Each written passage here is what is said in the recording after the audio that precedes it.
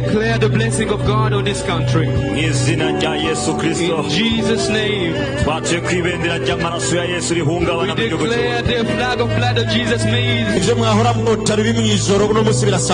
Whatever thing that we are fearing today, they're going to be destroyed. Say amen, amen.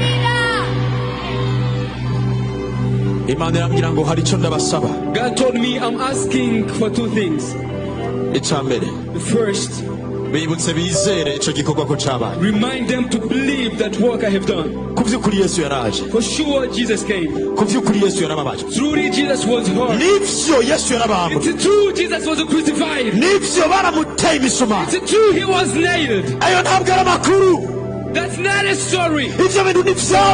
They are true events. Tell your neighbor it happened. Tell him believe it happened. This is not a joke. It's not a story, not even the news. They are not proverbs or parables. They told you there was someone named Inarunyong.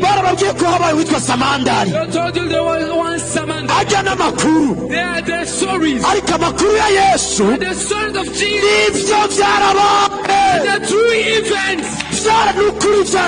They are the true events that happened. They crucified him. They nailed him. That's true. But the good news I'm bringing. He did it all for you.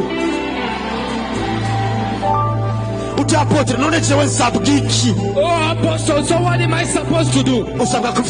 You're supposed to believe and to receive him. The Bible says those who received him, he gave them rights to become children of God.